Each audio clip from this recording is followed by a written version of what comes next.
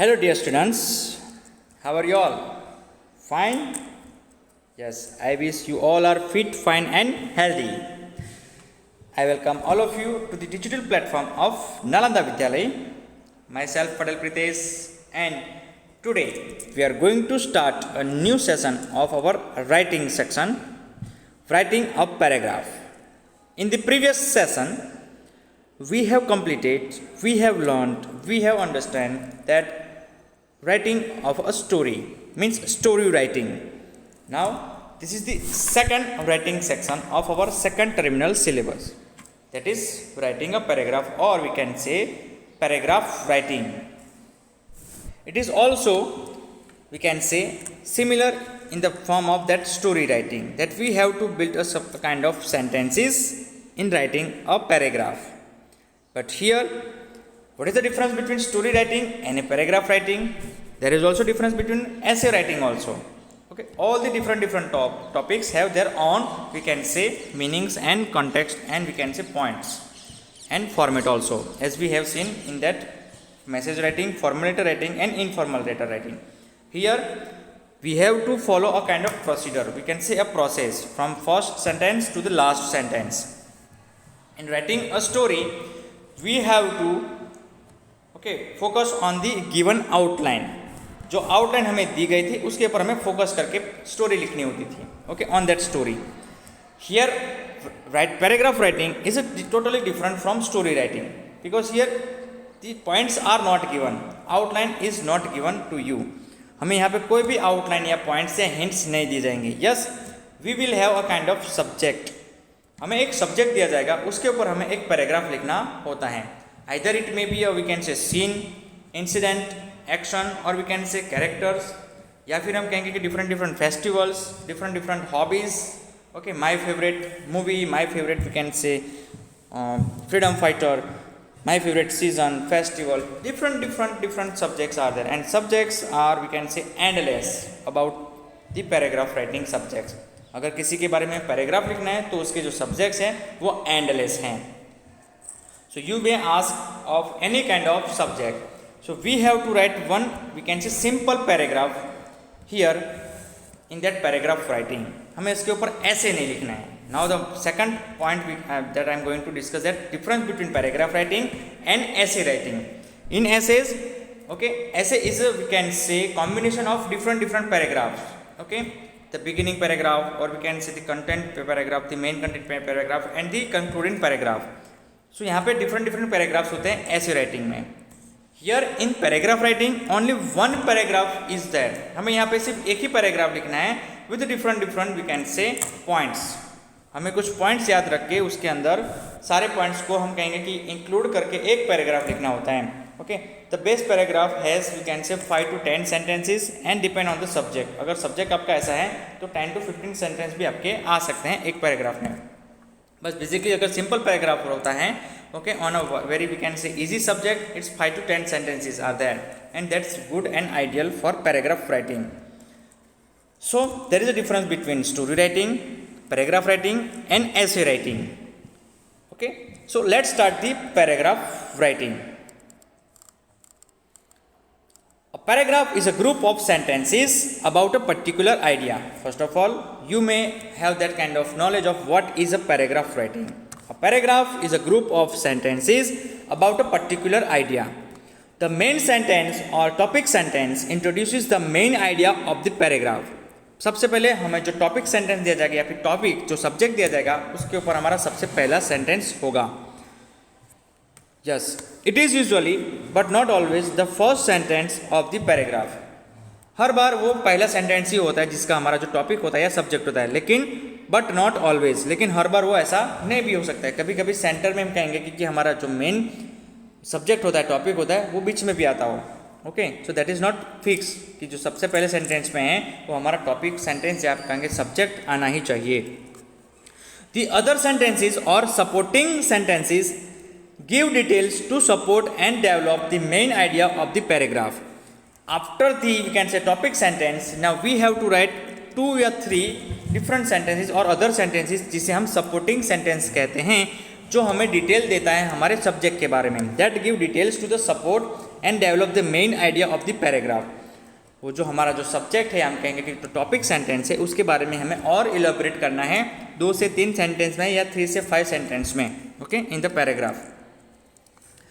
They follow the topic sentence and make up the body of a paragraph. जो topic sentence है उसे follow करके हमें आगे का जो हमारे पूरी बॉडी होती है पैराग्राफ की वो बनानी है इन 3 sentences, 5 sentences and depend on the topic sentence. Then after writing the supporting sentences, third part is the closing sentence is the last sentence in a paragraph. जो closing sentence होता है वो last रहता है हमारे paragraph writing में. It restates the main idea of the paragraph. जो हमारा मेन था टॉपिक, जो हम कहेंगे कि सब्जेक्ट था, उसे वो रिस्टेट करता है। रिस्टेट का मतलब कि फिर से हमें वो याद करवाता है कि that paragraph is all about this subject.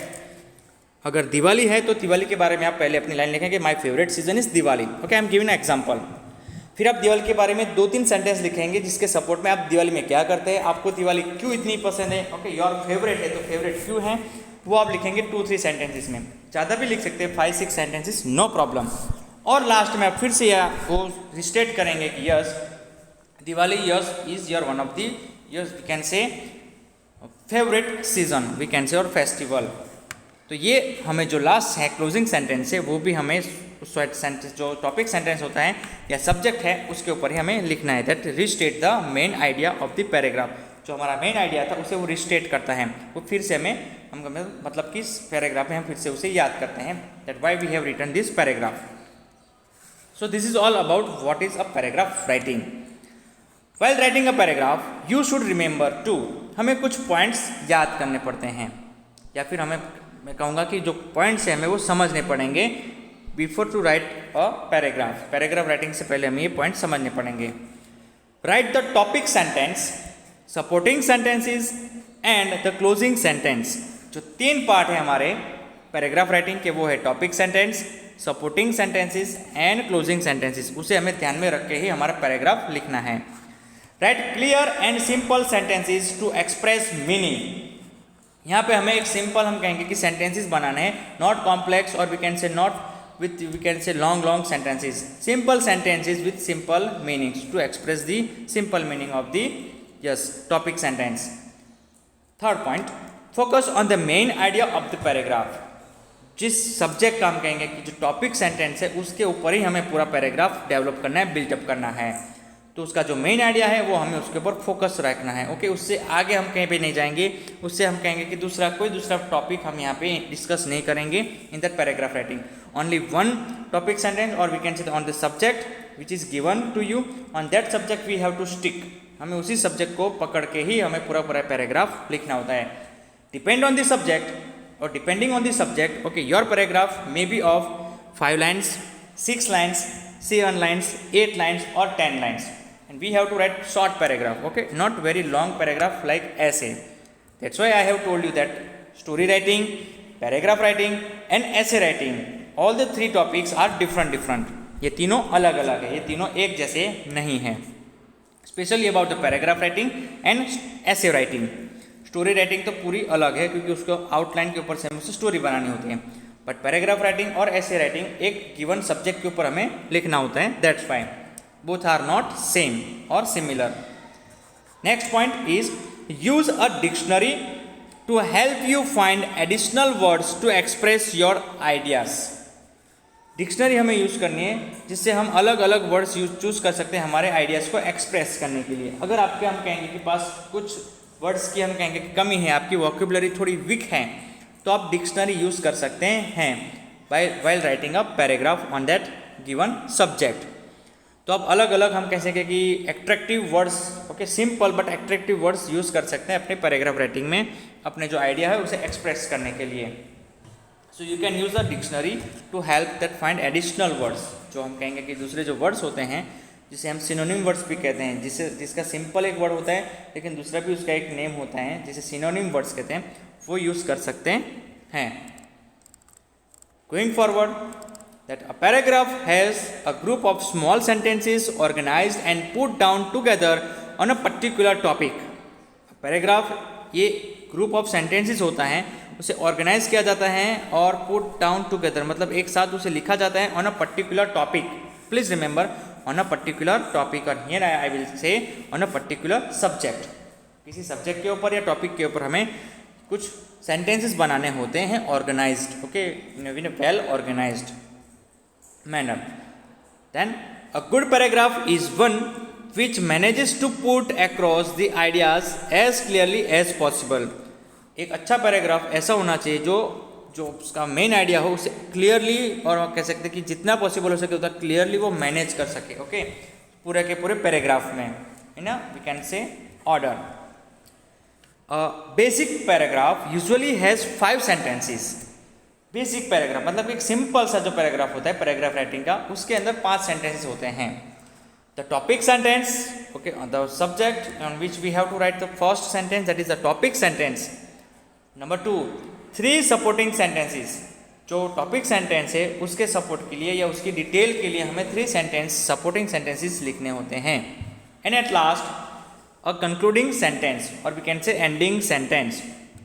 Concluding sentence मतलब कि जो लास्ट में है हमें फिर से रिस्टेट करना होता है, हमें फिर से याद करना होता है कि किस टॉपिक के ऊपर हमने ये पैराग्राफ लिखा है.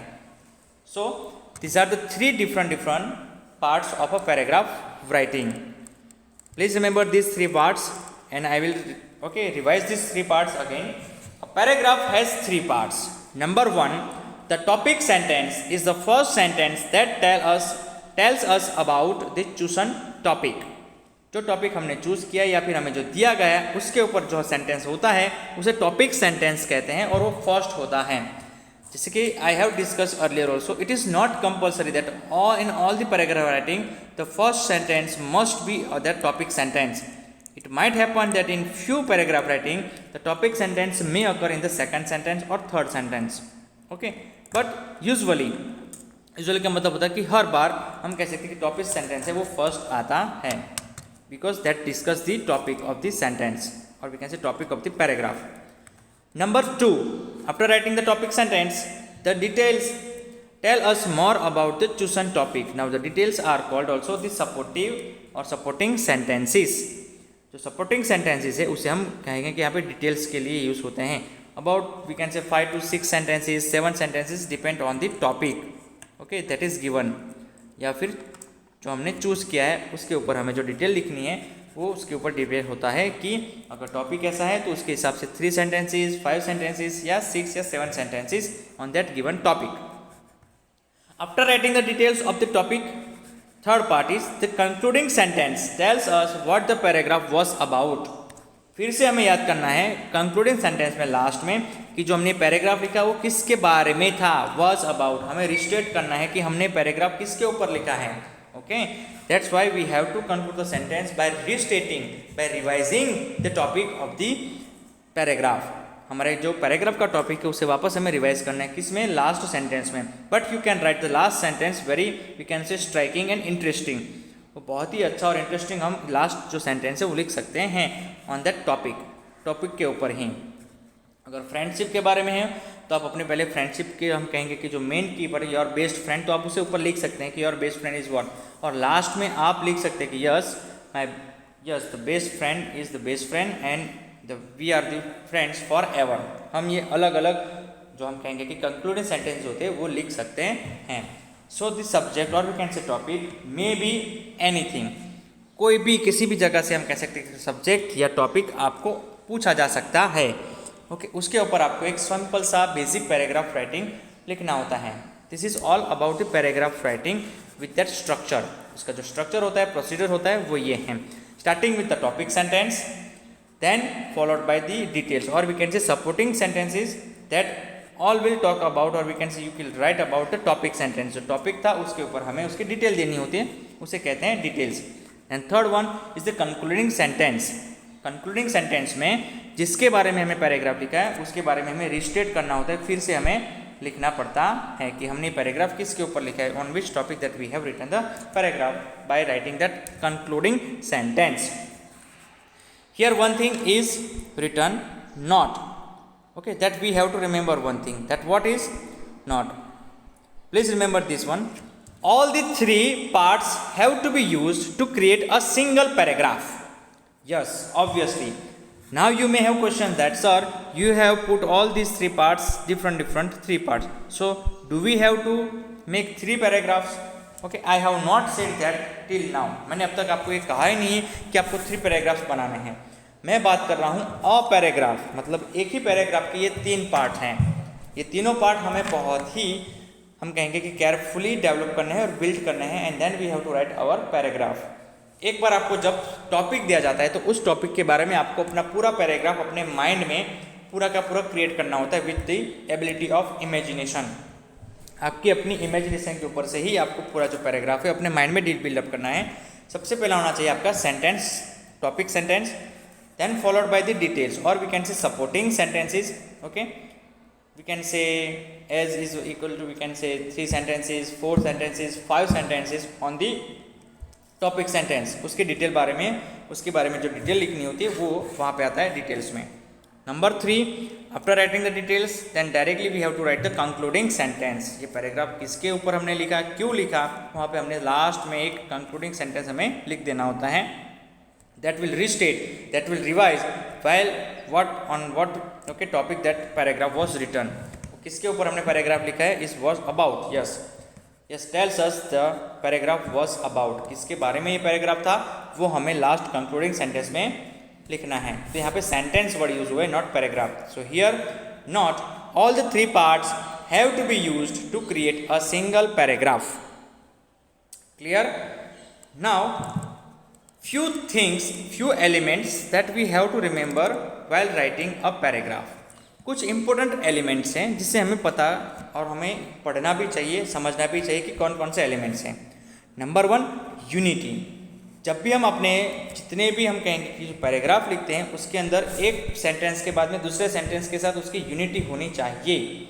ओके, अगर सपोर्टिव सेंटेंस लिख रहे हैं तो सपोर्टिव सेंटेंस के अंदर जो 2-3 सेंटेंसेस हैं उसकी यूनिटी होनी चाहिए. मतलब कि प्रीवियस सेंटेंस के बाद ही नेक्स्ट सेंटेंस को फॉलो करना होगा. Number 2, order. It is important to remember that while writing a paragraph all points should be written in an order. अब ये ऑर्डर जो है वो हमने आगे देख लिया है. What is that order? Okay, starting with the topic sentence, then we have supporting sentence और detail sentences, and third we have concluding sentence. Okay, तो ये एक ऑर्डर है, ये फिक्स ऑर्डर है, क्योंकि हम कंक्लूडिंग सेंटेंस कभी भी फर्स्ट नहीं लिख सकते हैं, या हम कहेंगे कि डिटेल्स कभी लास्ट में लिख सकते हैं. Okay, so that should be the order. So we have to follow that order. After unity we have to follow the order. Then number 3, coherence. Coherent means the sentence within a paragraph should connect to each other and work together as a whole. हम जो बीच के sentence लिखेंगे, मतलब कि जो details के sentence लिखेंगे वो एक दूसरे से कनेक्ट होने चाहिए ऑन दैट टॉपिक. टॉपिक के ऊपर ही ये सारे सेंटेंस लिखे हैं और हम लिखेंगे, बट दैट शुड कनेक्ट, और means all the sentences should connect to the each other in the topic only और ऑन दी टॉपिक ऑनली. जो टॉपिक के ऊपर हमने सारे सेंटेंस लिखे हैं वो एक दूसरे से कनेक्टेड होने चाहिए.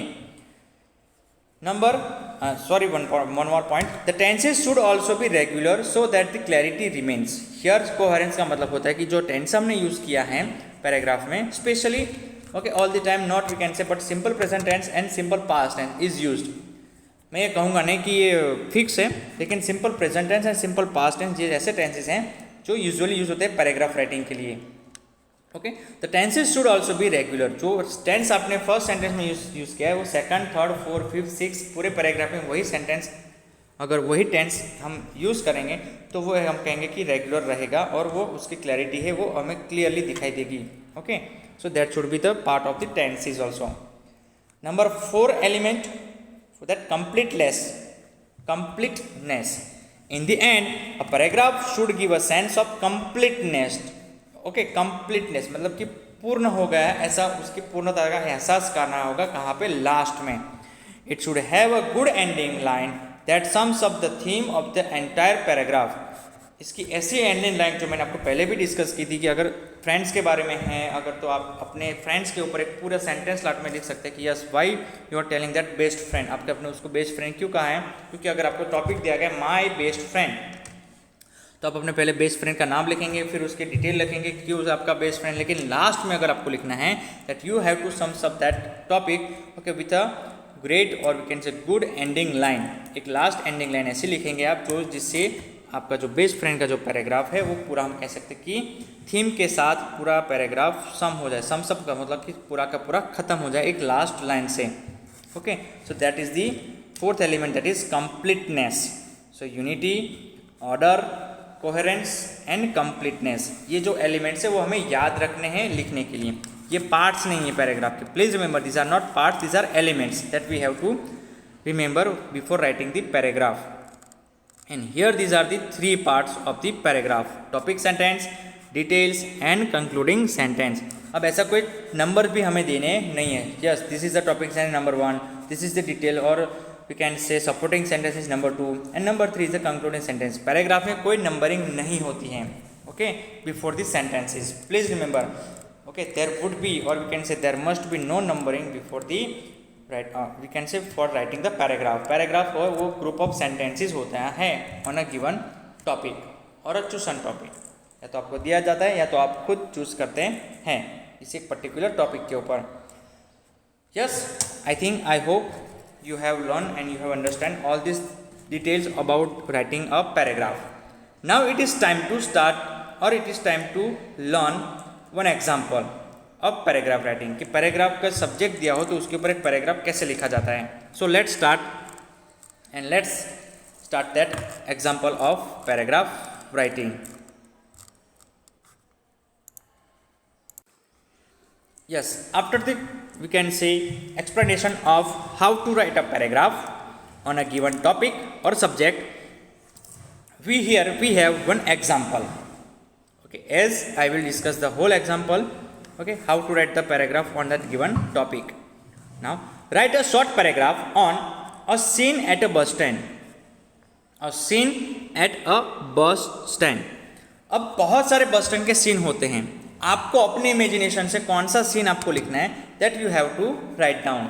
तो आपका जो सीन हो, ओके, बस स्टैंड का, तो वो ये होता है जनरली, नॉर्मली हम कहेंगे कि ये सीन होता है कि पैसेंजर्स आर वेटिंग फॉर बस, buses are coming, okay, putting their order in, you can say their sections, उनके जो पार्किंग स्लॉट्स होते हैं उसके अंदर वो बसेस जाती हैं.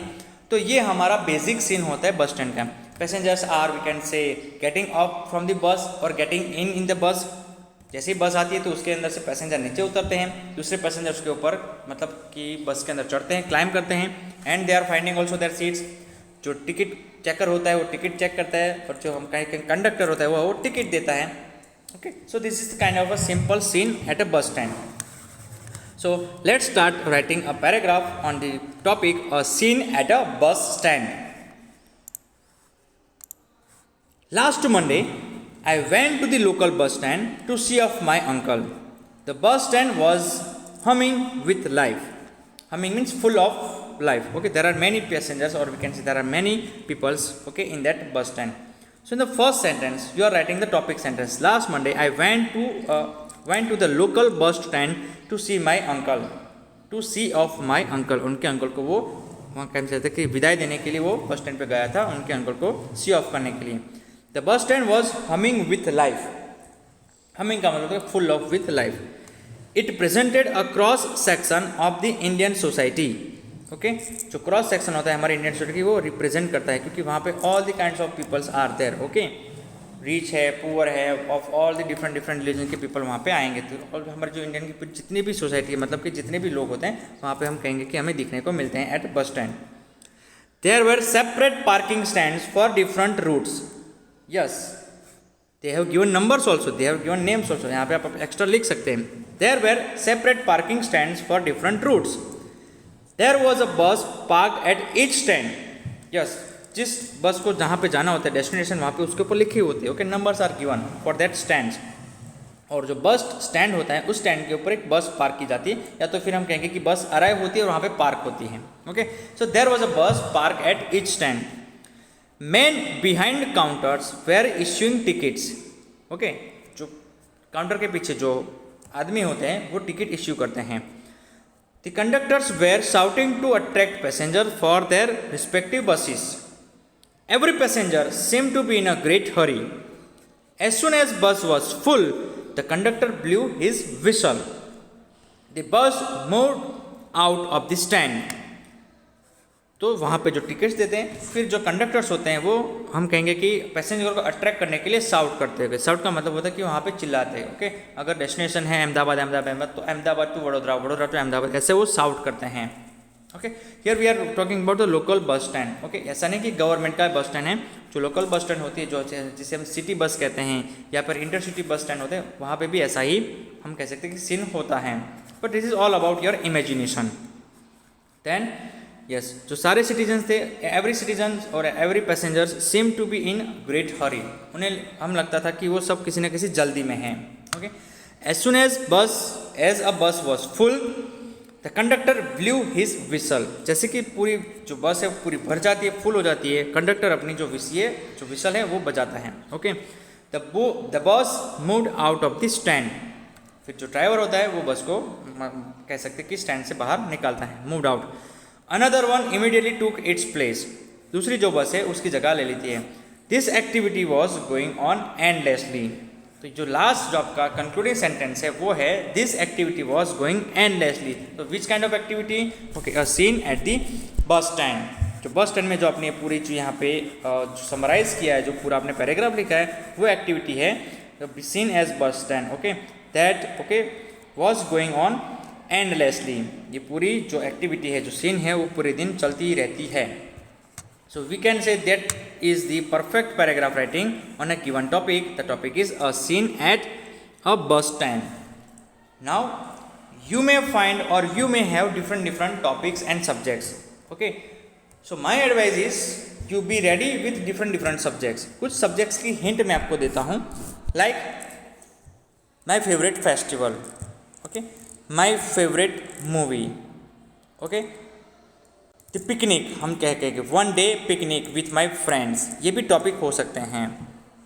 ओके, माई ग्रेट मूवी, और we can say my first movie in theatre, आपका जो फर्स्ट मूवी का थिएटर एक्सपीरियंस है वो भी टॉपिक हो सकता है। द रिजल्ट डे, आपका जब रिजल्ट का दिन होता है तब आप कैसे फील करते हैं, that would be the subject, that would be the topic. The examination hall, और we can say the exam, ये दोनों के ऊपर अच्छा सा टॉपिक बनता है और उसके ऊपर भी आप अच्छे से पैराग्राफ हम मतलब लिख सकते हैं। दिवाली फेस्टिवल, ओके, और we can say my days in vacation, आपके जो डेज हैं उसके वैकेशन में आपके डेज कैसे स्पेंड होते हैं वो भी आप उसका टॉपिक बना के लिख सकते हैं। So students, there would be we can say different topics और subjects on which you are asked, okay, you are going to ask to write a paragraph, a short paragraph with three different parts. First with the topic sentences, next 2-3 sentences of the supporting sentences और detail कि first time जो scene था उसमें अंदर क्या क्या हो रहा था, बस के स्टैंड थे, रूट के डिफरेंट स्टैंड थे, बस उसमें पार्क थी, सारे लोग टिकट्स लेके बस पे चढ़ रहे थे। Okay, that is the scene in that at the bus stand. At last we have to conclude our paragraph by concluding sentence. Okay, so this activity was going on endlessly. तो जो activity है ये जो bus stand पे जो scene आपने पूरा जो डिस्कस किया वो एंडलेसली वो चलता ही रहता है। Okay, so I hope students you all will understand and learn about how to write the paragraph on a given topic and a subject. So yes, be ready for different topics and subjects in, we can say, our exam. Okay, different exam that are going to be asked to you. So we have completed the paragraph writing, and in the previous session we have completed the story writing. So that would be the 2 writing section for this semester. We can say the second terminal. Okay, story writing and paragraph writing. So this is that much for this session. We will meet in the next session. Till now, thank you, goodbye.